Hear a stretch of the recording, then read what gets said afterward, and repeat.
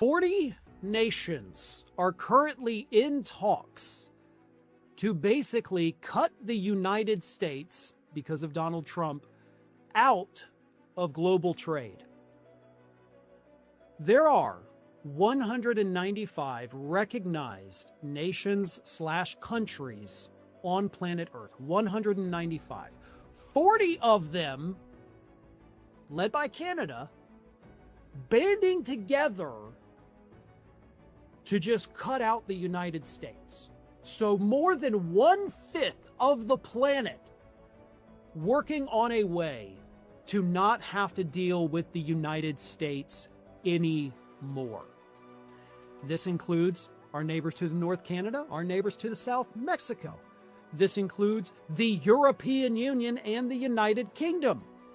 This includes major Asian countries like Japan. According to these reports, and again, this is kind of all being, spearheaded by Canadian Prime Minister Mark Carney, what they're trying to do is avoid all of the tariffs that Donald Trump has put in place on everybody. And then, of course, they have typically had to do reciprocal tariffs, so everything for them gets more expensive because they're dealing with the United States. So all of these nations have gotten together and said, wow, dealing with the United States is expensive and it's costing us business. How do we get around that? And their solution is, well, what if we all just trade with each other and not these idiots? And that is currently what they're working on. So instead of relying on the US market to sell their goods, they're going to just start selling to each other and open up new markets that previously hadn't been there. They will grow. They will expand. They will see this financial boom from doing business and trading with everybody in this new coalition. And we, those of us here in the United States, will lose everything. Oh, sure, we'll still have to buy their goods because we depend upon them, and Trump will still have the tariffs, so we'll still pay a higher cost for that. But our goods here in the United States that are already having a hard time selling overseas, just ask any farmer, we will lose those markets. Farmers who are already facing financial ruin, which is exactly what they told Congress about 3 weeks ago, they're going to go under. They will lose everything. Manufacturing here in the United States will go extinct virtually. Because sure, we'll still need to make some things to sell to us here in America, but we're not going to have other countries coming to us knocking on our door saying, hey, can we buy all this stuff from you? Foreign companies that have invested in the United States, or at least pledged, as Trump says, they'll pull out. They'll go with their new trading partners. They'll move their plants to Canada. Maybe they'll move them to Japan or Europe or anywhere else in Asia or perhaps Mexico. The United States, if this coalition does, do what they're hoping to be able to do. Shalom. Welcome to another video. And as always, before I get started, I want to give all praise, honor, and glory to the Heavenly Father and His only begotten Son, Yahweh, Bahasham, Yahweh Shai, Bahasham, Rachwadash, and next double honors to the head apostles / elder bishops of the Great Millstone who teach and who rule well. Peace, blessings, and safety to all you sincere Akim. Keep pushing, keep believing, and keep the faith, regardless of whether people hear it or whether they forbear. This is going to be a reaction to the clip that I put in the introduction of this video. And this is from a brother's channel. His channel is entitled Arrows of Indignation. So go and subscribe, be edified. He puts up these clips that brothers react to, different world news, things going on.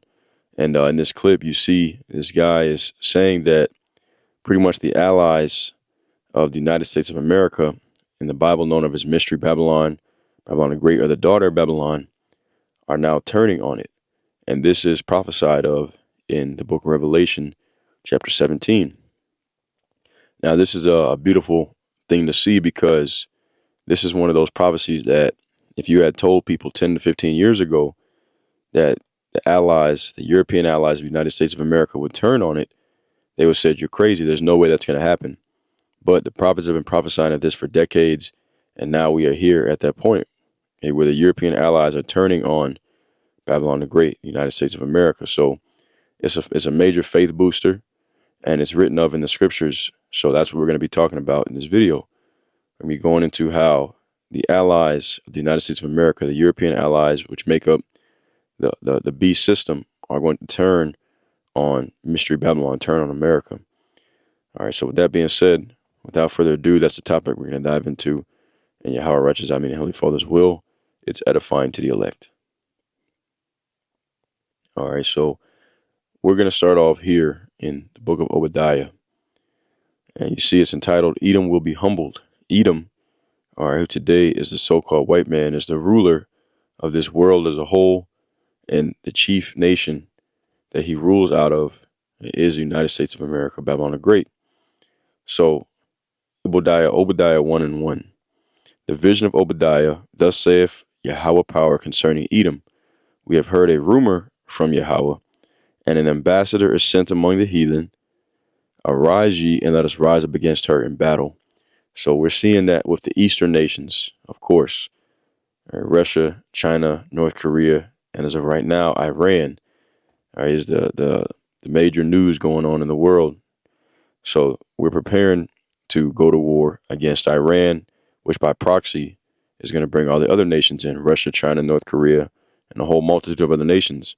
This is prophesied of in Ezekiel 38th chapter, that Gog, okay, Gog being Russia, and Magog being the land of Russia, would be a guard unto the nations, okay? Or I should say the land of the Soviet Union.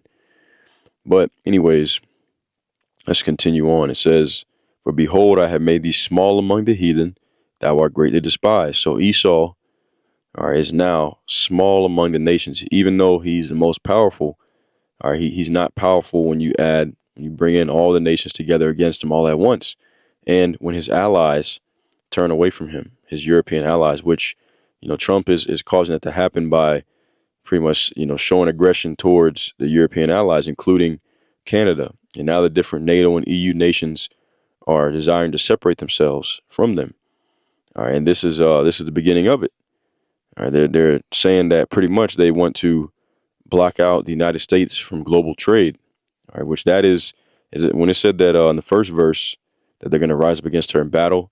It doesn't always necessarily. Of course, it's physical, but that's another way to wage war against a nation, is to economically blacklist them, because most of the things that the United States, has, it gets as imports from other countries. So if other countries decided we're not going to do trade with the United States anymore, that would be a major blow to the economy and to the production of our goods, because most of them are imported from other countries, right? So this is the reason why the Heavenly Father has made Esau greatly despised among the heathen. Verse 3, for the pride of thine heart has deceived thee, thou that dwellest in the clefts of the rock. Okay, they're known of as cavemen, whose habitation is high. He's in his highest state right now. He's pretty much at the top of the world. He runs the world. That saith in his heart, who shall bring me down to the ground? That's their mindset. That's the reason why Trump has been talking about attacking different nations, because he feels like he's impervious to judgment. They feel like America can never be taken down. But when you have all the nations joined together against it, and the allies, the NATO allies, turn on America, then they really don't have a chance. Okay, so that's his mindset. His pride has deceived him. Verse 4, though thou exalt thyself as the eagle, that's the insignia, that's the emblem of the Edomite, okay, not just here in America, but also going back to the Roman Empire. And though thou set thy nest among the stars, from thence will I bring thee down, saith Yahweh. If thieves came to thee, if robbers by night, how art thou cut off? Would they not have stolen till they had enough? If the grape gatherers came to thee, would they not leave some grapes? Let's read this in NLT. Obadiah 1:5, New Living Translation. It says, if thieves came at night and robbed you, what a disaster awaits you. They would not take everything. Those who harvest grapes always leave a few for the poor, but your enemies will wipe you out completely. That's ultimately the fate of Esau Edom. All right, starting off with the downfall of his chief nation, the United States of America, Babylon the Great. Continuing on, In verse 6, how are the things of Esau searched out? How are the hidden things sought up? All right, so the Heavenly Father is revealing all things about Esau, who he is. Okay, he, according to the Bible, he is the devil that the Bible speaks of.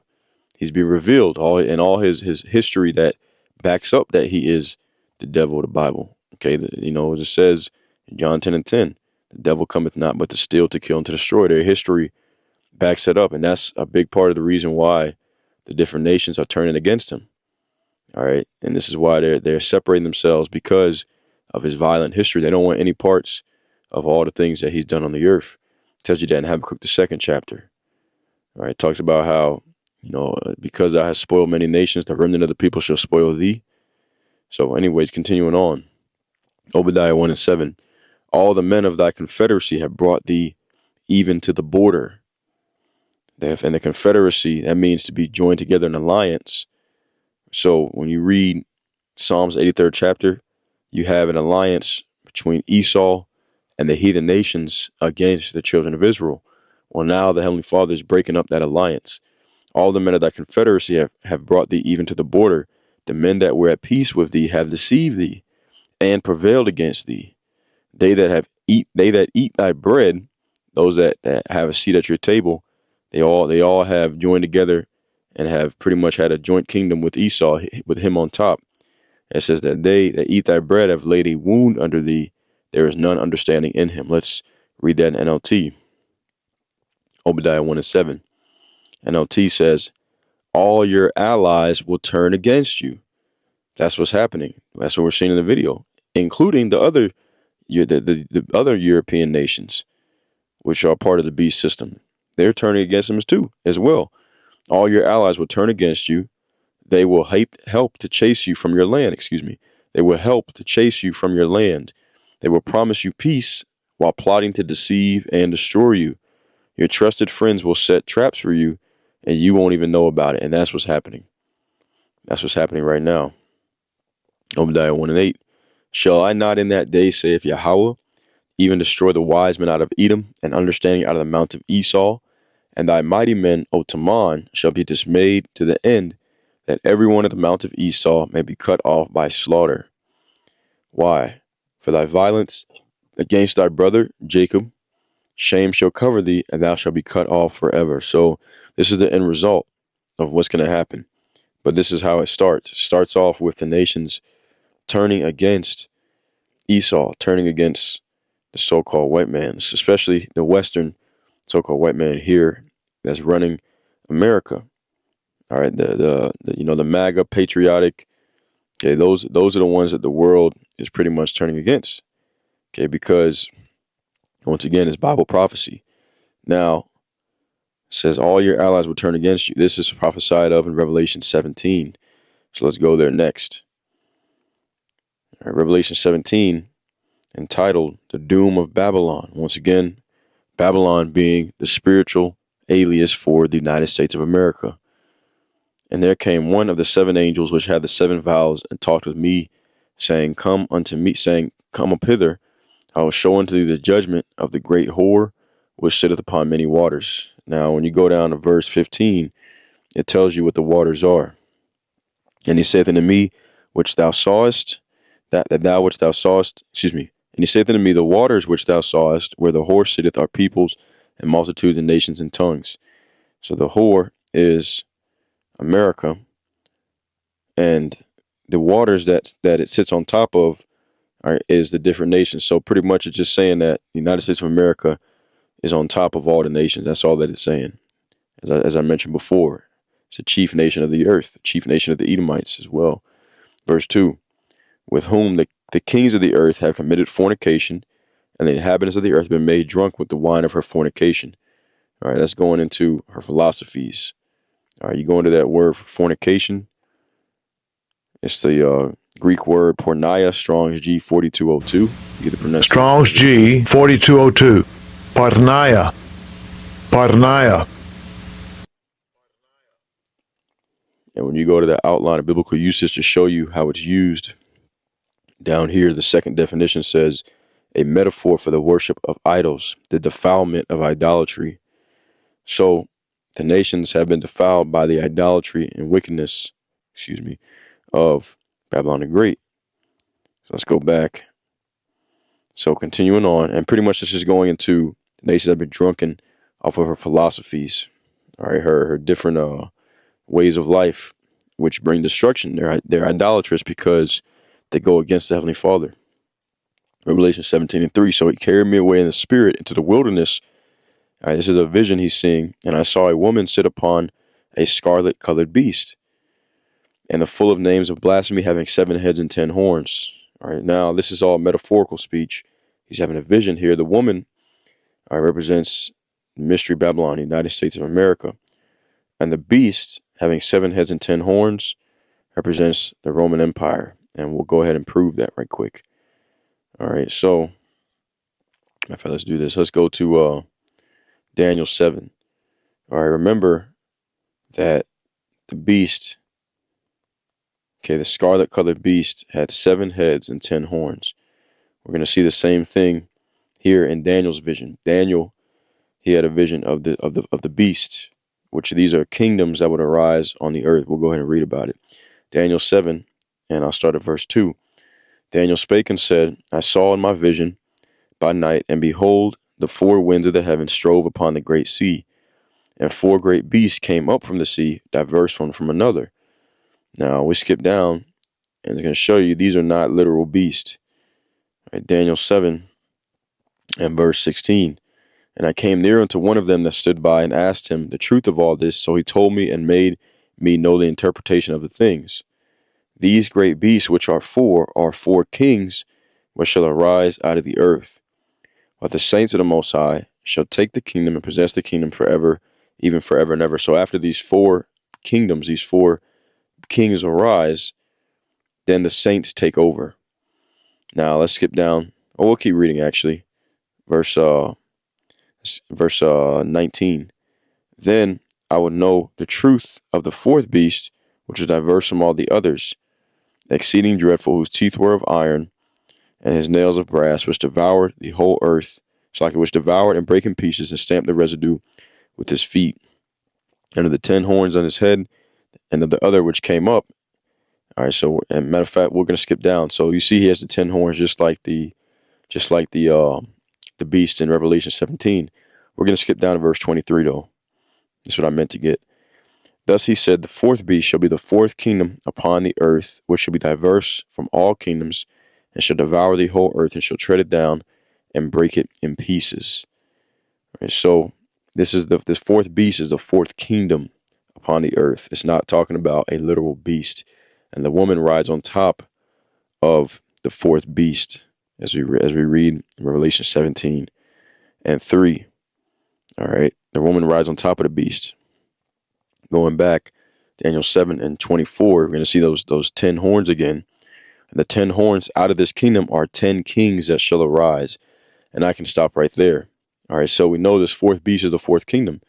Now, when we go to Daniel, the 2nd chapter, Daniel chapter 2, Nebuchadnezzar, which is the king of the Neo-Babylonian Empire, ancient Babylon, going back to the 7th century BCE. Nebuchadnezzar had a dream of the kingdoms that will rule. You see, and I'm not going to go over all of it, but it says the king's dream. And he had a dream of a statue. And this statue represented the same thing we just read in Daniel 7.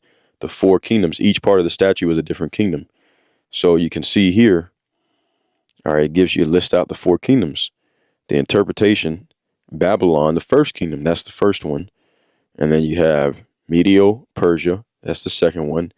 Then Greece, that's the 3rd one. And then Rome, that's the 4th one. And then after that, the divine kingdom. So it lays it all out for you.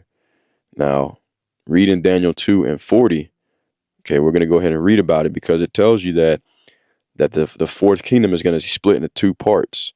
So right now, we're in the 2nd part of the 4th kingdom. We're in the 2nd part of Rome. This is important context to understand, and I'll break it all down. I'll show you why. Daniel 2 and 40, and the 4th kingdom shall be as strong as iron, for as much as iron breaketh in pieces and subdueth all things, And as iron breaketh all these, shall it break in pieces and bruise.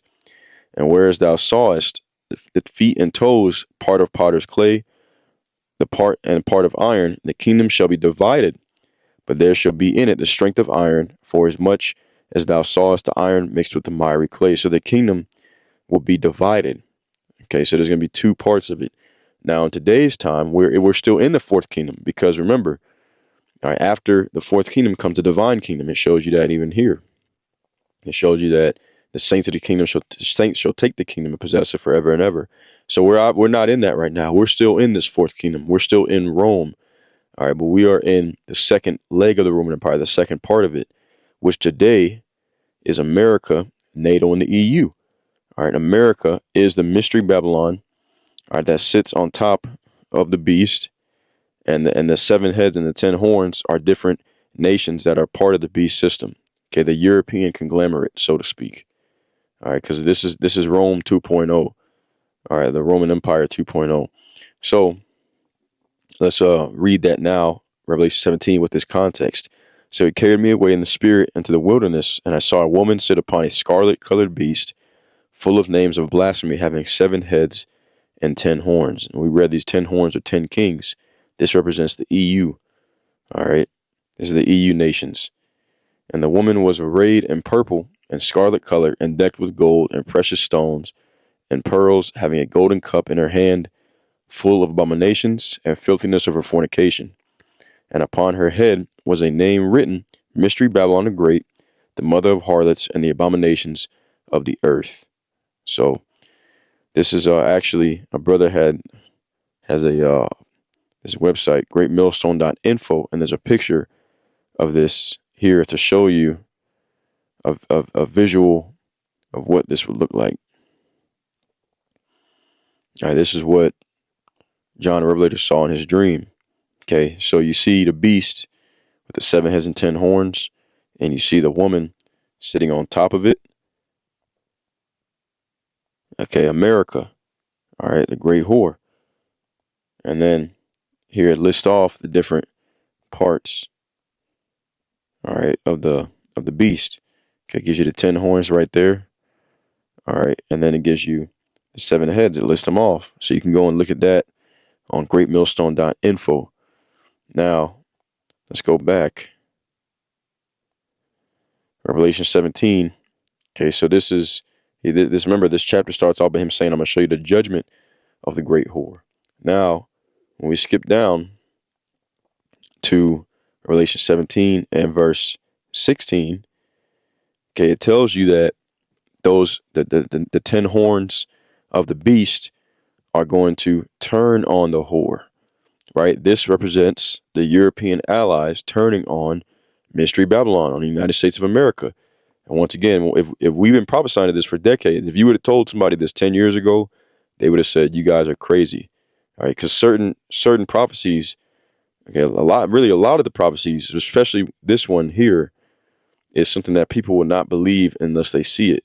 Like I said, but and now it's come to pass. You have to believe it because it's right in front of your eyes. And even now, even if we break it down correctly, people are still not going to believe that that's what's happening, even though we're seeing it play out live.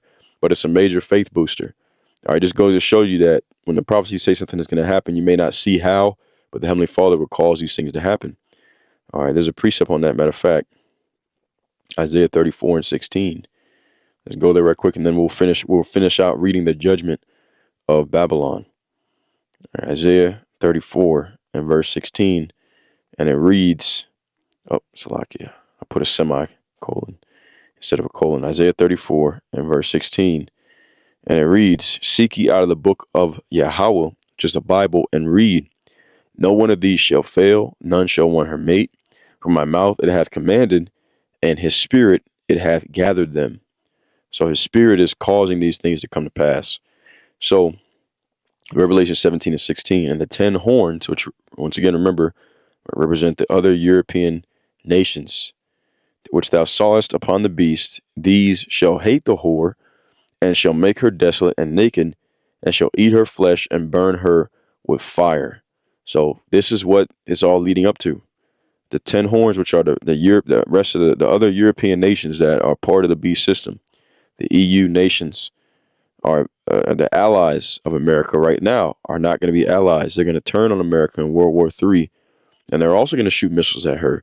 So really going to have three different sides to this war. Okay, you're going to have United States of America, Mystery Babylon, and the Israelis, okay, which is Amalek. And then you're going to have the other Edomite nations that are part of the beast system, okay, that are going to turn on America and the Israelis. All right, and then you're going to have, of course, the Eastern Alliance, Russia, China, North Korea, Iran, and a host of other nations. But those two sides are going to turn on America, and they're both going to shoot missiles at America. That's what's going to cause this place to become a lake of fire, because literally the whole world is going to fight against America, Babylon the Great, to take her down. And Trump is bringing these conditions by aggravating the nation, showing aggression towards our allies. So it's a beautiful thing. All right, continuing on.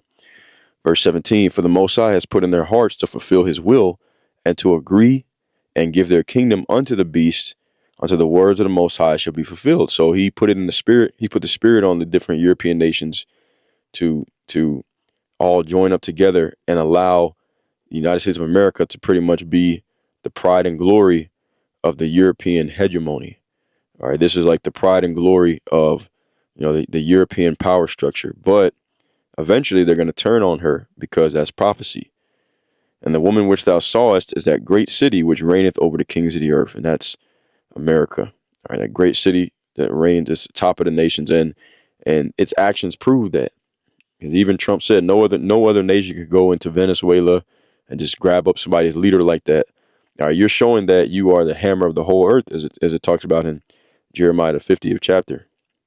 Babylon the Great sits on top and reigns over all the kings of the earth. But now the kings of the earth are getting ready to turn on Babylon the Great, including its allies. So this is a beautiful thing that we're seeing here, okay, because this is prophecy playing out just as the scriptures say that it would. Like I say, even though it seemed far-fetched, a lot of the prophecies seem far-fetched to people who don't have the gift of faith to believe, but this is what's happening whether you believe it or not. The European allies are now turning on the United States of America, just as Revelation 17th chapter said that they would. And eventually they're going to shoot missiles at her right along with Russia, China, North Korea, Iran, and a host of other nations, the Eastern Alliance. So that's pretty much it. Yahweh Ratchazah, meaning Heavenly Father's will, this was edifying. I'm going to go ahead and close out by giving all praise, honor, and glory to the Heavenly Father and his only begotten Son, Yahweh, Bahasham, Yahweh Shai, Bahasham, Rachwadash. And until next time, Shalom, Wa Bad Babal.